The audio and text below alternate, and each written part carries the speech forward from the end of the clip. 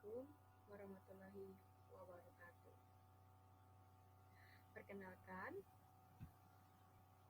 nama saya Nuraxilina Ramadanti, biasa dipanggil Nur. Saya dari Universitas Insan Cipta, Indonesia, di Jakarta, dan nomor induk mahasiswa saya 3107000723100044. Saya akan mempresentasikan tentang pengaruh media sosial terhadap kesehatan mental remaja. Dan saya akan menjelaskan tentang latar belakangnya, yaitu manusia adalah makhluk sosial dan manusia harus berinteraksi dengan manusia lainnya. Di dalam zaman ini, Plato dan Rene Descartes mengemukakan bahwa manusia adalah makhluk yang terdiri dari dua dimensi, yaitu dimensi tubuh dan dimensi jiwa atau rohani. Perkembangan teknologi yang semakin maju dan kompleks ini, masyarakat tidak hanya berinteraksi dengan masyarakat lainnya secara langsung, namun mereka juga dapat berinteraksi secara tidak langsung karena adanya perkembangan teknologi yang canggih. Perkembangan teknologi ini bisa lepas dari kesehariannya. Segala aktivitas yang dilakukan oleh masyarakat dalam kesehariannya dapat dilakukan dengan mudah dan praktis berkat perkembangan teknologi, salah satunya yaitu perkembangan ada dalam bidang komunikasi, ekonomi, dan juga informasi. Komunikasi adalah proses penyampaian informasi dari satu orang kepada orang lainnya berupa pesan menggunakan media langsung maupun tidak langsung.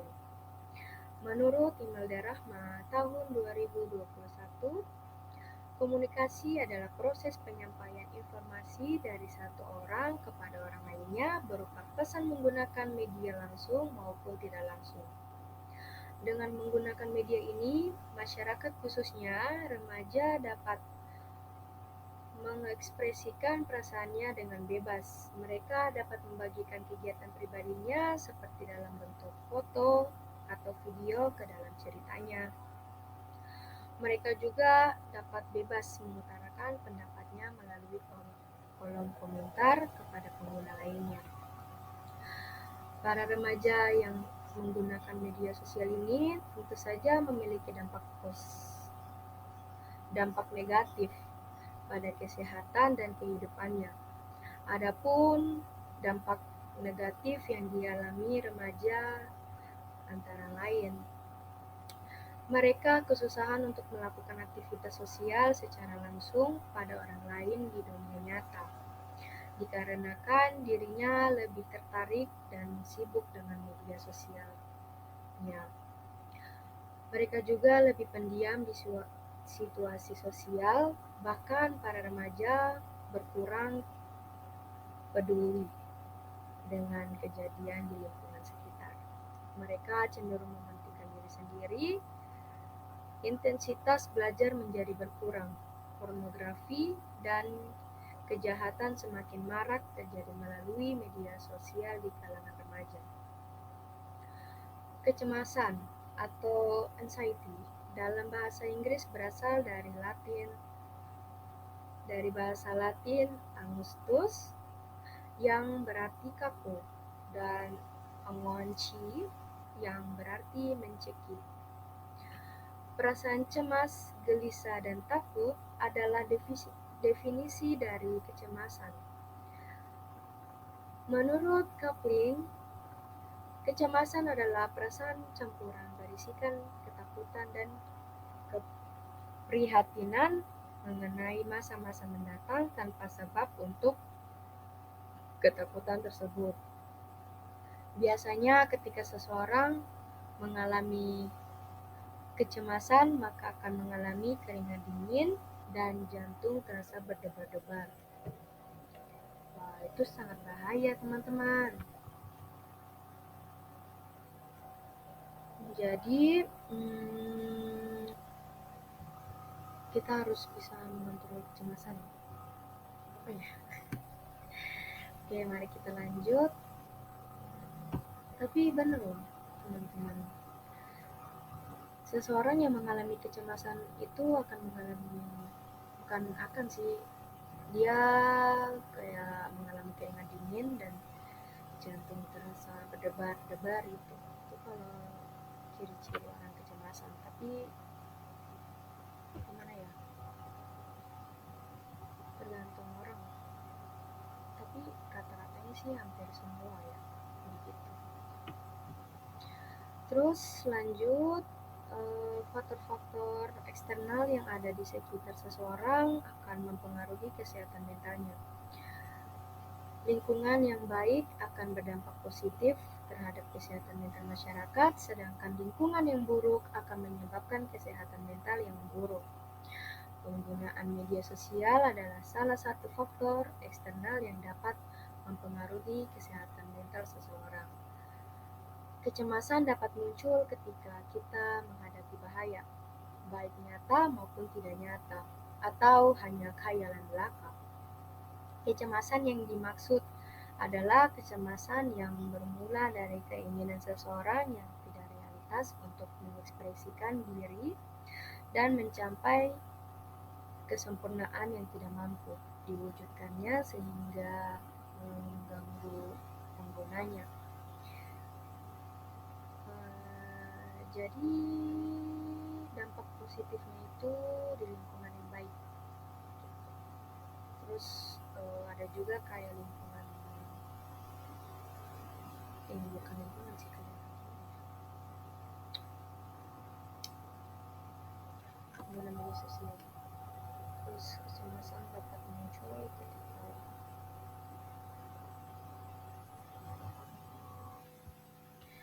oke, mari kita lanjut. Media sosial juga menjadi tempat untuk bersaing karena setiap penggunanya akan mengirimkan informasi kehidupannya melalui foto maupun video, hingga ada banyak orang yang melihat dan menyebabkan rasa iri. Wah, itu bahaya tuh teman-teman, kalau misalnya kita memposting kehidupan kita yang bahagia atau gimana gitu, itu kan pasti ada, setiap orang kan pasti ada yang iri gitu, kayak ih, orang ini hidupnya enak banget gitu, pasti kan rasa iri kan lebih besar gitu. Jadi susah mengontrol rasa iri itu. Dan mereka yang mengalami iri hati dikarenakan mereka merasa bahwa hidup mereka tidak seperti pengguna tersebut. Mereka tidak mau kalah dan mulai mencaci maki pengguna tersebut hingga membuat pengguna tersebut mencoba mengakhiri hidupnya sendiri. Namun, ada beberapa orang yang merasa kurang beruntung dan mencoba gaya hidup mereka tetapi malah membuat mereka semakin tertekan. Jadi gimana ya kalau orang nyeri? Orang nyeri itu pasti ada sih. Bukan ada, memang ada. Tapi kalau orang nyeri kan pasti kayak apa ya? Contohnya itu. Tapi bahaya sih, bukan bahaya, maksudnya kayak ya kan banyak tuh orang-orang kalau iri atau apa pasti komentarnya yang buruk. Terus ada juga kayak mengakhiri hidupnya karena saking irinya sama seseorang itu lebih besar gitu, lebih wow gitu.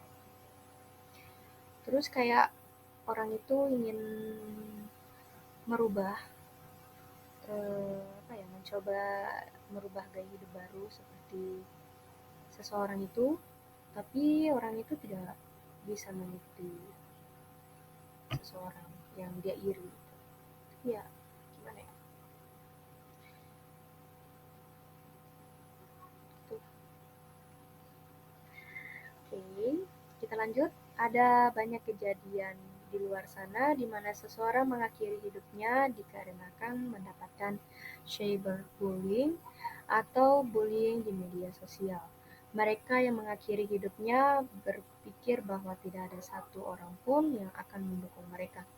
Jadi kayak gini contohnya.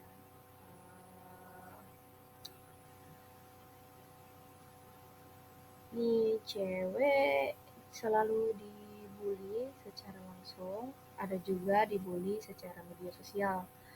Tapi kalau yang secara langsung kan dia apa ya? Sama sih secara langsung dan tidak langsung tuh dia bisa mengakibatkan kecemasan dan juga kayak stres begitu. Jadi tuh kayak kebanyakan pikiran gitu kalau misalnya dibully. Terus kita itu bisa kepikiran terus kayak mikir ini saya tuh salah apa gitu sama mereka, kenapa tiba-tiba mereka itu bully gitu. Terus kan kalau orang bully kita itu harusnya kita lawan. Tapi kalau misalnya kita nggak bisa lawan, pasti pikiran kita itu agak, bukan agak sih, kayak pikiran kita tuh ingin mengakhiri hidup kita gitu. Tanpa memikirkan ada orang nggak yang mendukung kita gitu. Atau ada yang dukung kita atau tidak. Tapi kebanyakan sih orang itu, apalagi kalau soal apa ya, contohnya soal percintaan gitu atau apa gimana gitu kan pasti ujung-ujungnya kayak mengakhiri hidupnya gitu tanpa memikir panjang dengan masa depan dan kehidupan selanjutnya. Dan dia sampai-sampainya mengakhiri hidupnya tentang sosial media atau cacian maki itu, jadi akhirnya seseorang itu bakal mengakhiri hidupnya tanpa harus memikirkan kehidupan selanjutnya. Oke, kita lanjut. Penggunaan media sosial yang tidak dapat dikontrol pada kalangan remaja dapat mempengaruhi kesehatan mental. Wah, ini kita nih kalau di media sosial tuh kita tuh nggak bisa kontrol. Maksudnya kayak kita nonton satu video yang berhubungan tentang video ini yang kayak menjengkelkan gitu. Atau tidak postingan-postingan yang agak bikin kita ngeh gitu. Gimana sih kayak bikin kita greget gitu. Atau tidak bikin kita iri. Itu pasti kita tuh nggak terkontrol untuk komentar postingan seseorang gitu. Terus remaja yang kecanduan media sosial sering mengalami depresi, stres, kecemasan, bahkan kesepian. Gangguan jiwa seperti stres dan depresi yang dialami remaja dapat berdampak pada kesehatan fisik, termasuk tekanan darah yang dapat menyebabkan hipertensi.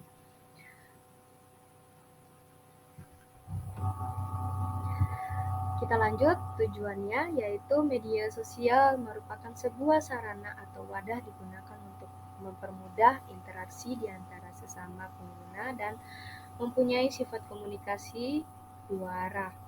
Media sosial juga sering digunakan untuk membangun citra diri atau profil seseorang dan juga dapat dimanfaatkan oleh perusahaan sebagai media pemasaran. Media sosial sekarang menjadi media utama untuk menyebarkan berita terkini tentang kehidupan masyarakat. Media sosial dapat terhubung dengan platform web dan seluler sehingga pengguna dapat mencapai berbagai kelompok masyarakat.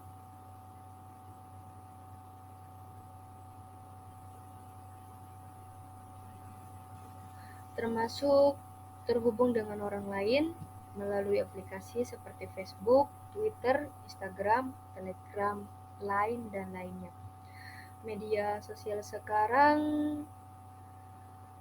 remaja, sebuah studi pada tahun 2015 terhadap lebih dari 2.000 remaja berusia 13 hingga 17 tahun menemukan bahwa 92% remaja menggunakan media sosial secara teratur, termasuk secara online, dan hampir 25% melaporkan penggunaan harian.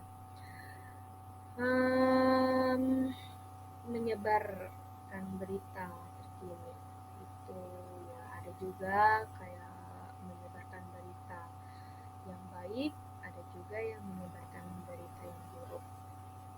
Tapi jangan sampai sih kalau ada kayak menyebarkan berita-berita buruk gitu.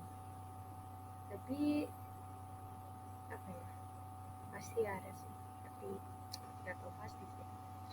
Terus media sosial sangat sering diakses setiap detiknya, bahkan masyarakat khususnya remaja tidak bisa lepas dari media sosial.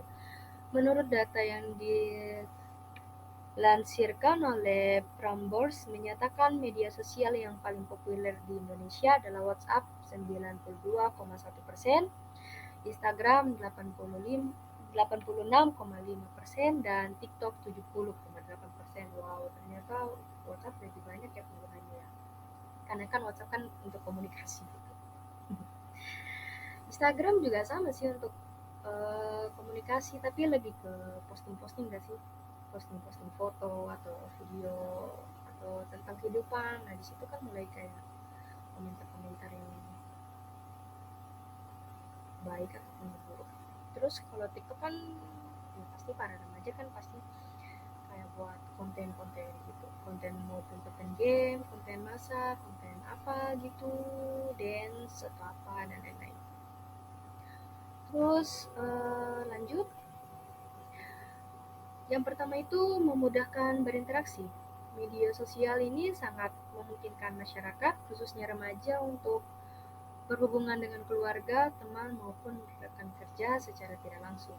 Dan kayak contohnya misalnya kita tuh berhubungan dengan keluarga yang lain, misalnya di luar kota atau apa gitu. Terus yang kedua itu kreativitas. Remaja dapat menggunakan media sosial untuk menunjukkan bakatnya, baik itu secara akademik dan non-akademik. Remaja dapat membagikan karya yang dibuatnya secara bebas. Dan dengan adanya media sosial memungkinkan remaja agar mempunyai kesempatan untuk membuat karya baru. Ya, media sosial sih bagus untuk para remaja, untuk ya pokoknya untuk semua. Untuk kita bisa mempunyai apa ya, bukan mempunyai sih, kayak kesempatan gitu, bukan mempunyai kesempatan sih, biasanya kayak ada kesempatan gitu, seperti membuat karya-karya seperti tarian atau tentang masak atau tentang karya-karya yang lain sesuai dengan hobi-hobi para remaja gitu. Apalah. Terus yang terakhir itu kesadaran sosial. Media sosial dapat memberikan informasi terkait isu-isu yang sedang ramai dibicarakan dan dapat membuat masyarakat khususnya remaja sadar akan apa yang sedang terjadi di masyarakat. Jadi kita tuh harus apa ya, sadar dalam melakukan media sosial itu, kayak memberikan informasi itu harus yang baik dan yang benar sesuai dengan apa yang terjadi di sini atau di dunia lain, bukan dunia lain, atau di tempat lain gitu. Terus selanjutnya itu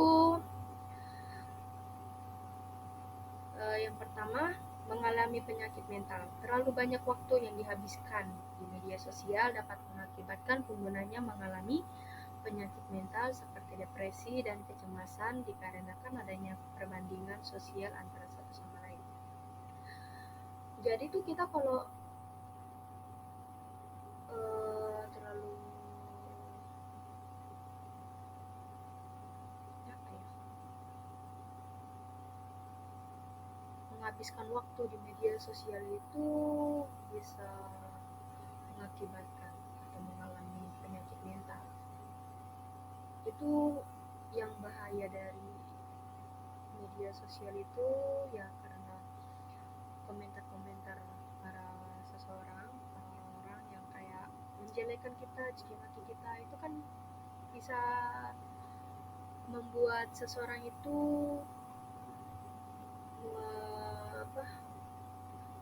mengalami penyakit mental dan juga depresi karena kayak kebanyak pikiran gitu tentang komentar-komentar orang gitu, atau tidak apa ya, pokoknya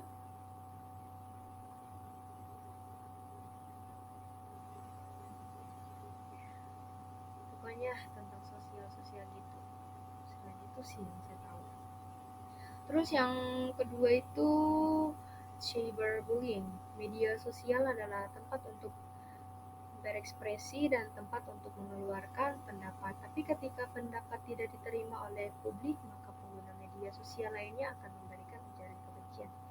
Nah, ini nih cyberbullying ini kita harus berhati-hati untuk berekspresi atau mengeluarkan kata-kata atau pendapat yang kita mau sampaikan atau komen begitu. Itu kadang tuh seseorang ada yang terima atau tidak ada yang terima gitu. Ada yang terima, ada yang tidak terima untuk pendapat kita gitu, atau mengeluarkan kata sesuatu penilaian atau berekspresi begitu.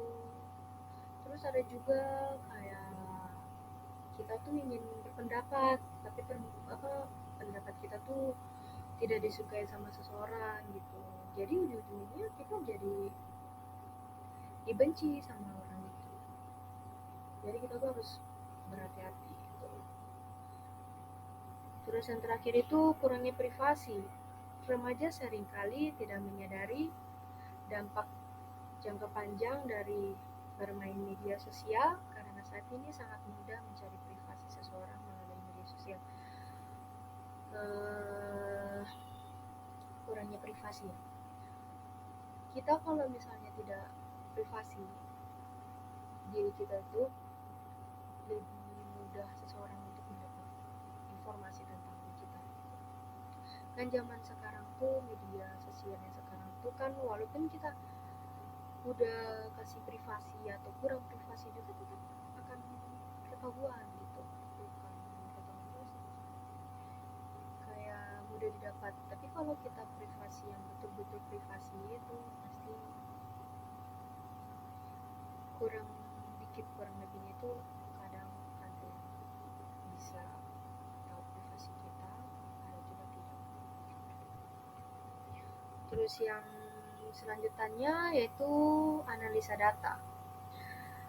Berdasarkan hasil pada tabel 1 dapat diperoleh Kolmogorov, Smirnov, maupun Shapiro-Wilk adalah kurang dari 0,05 pada variabel media sosial ataupun media health, yang artinya penyebaran data untuk kedua variabel tersebut terdistribusi tidak normal. Karena syarat agar sebuah distribusi data dikatakan normal jika signifikannya lebih dari 0,05.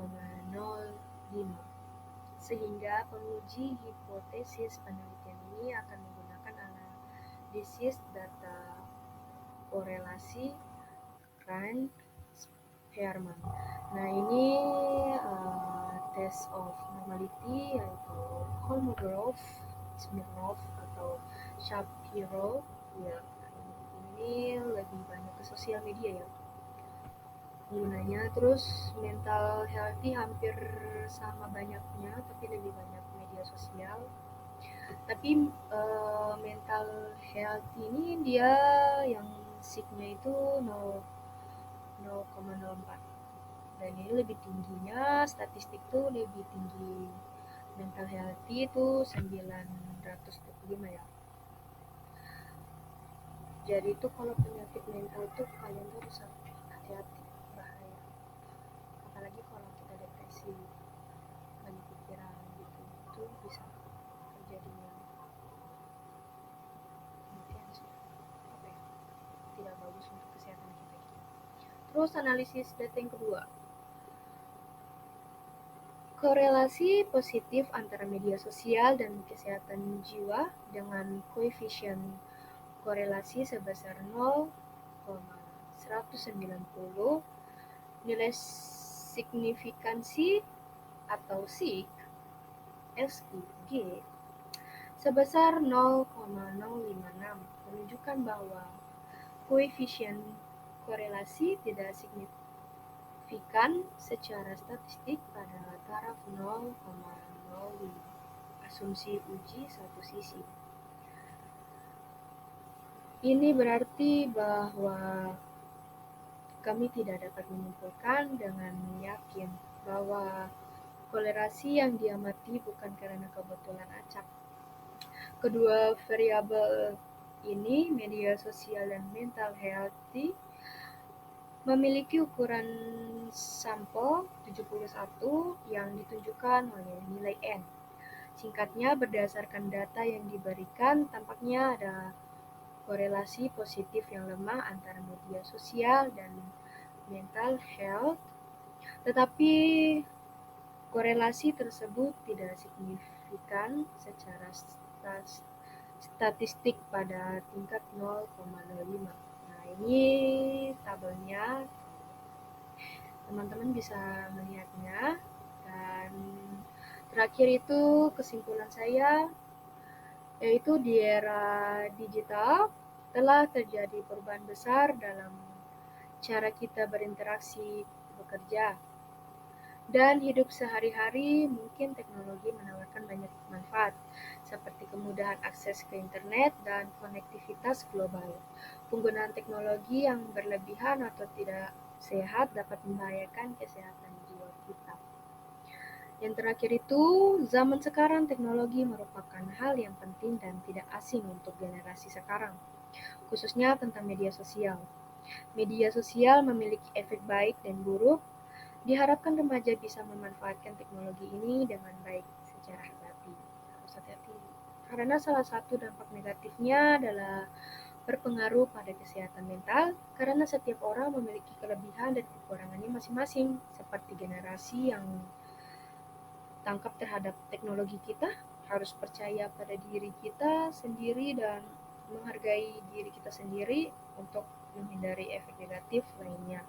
Kita harus bijak saat menggunakan media sosial. Jadi tuh kita harus waspada dan harus hati-hati untuk menggunakan media sosial, karena banyak cacian maki dan juga banyak yang tidak suka kita atau saling iri mengiri begitu.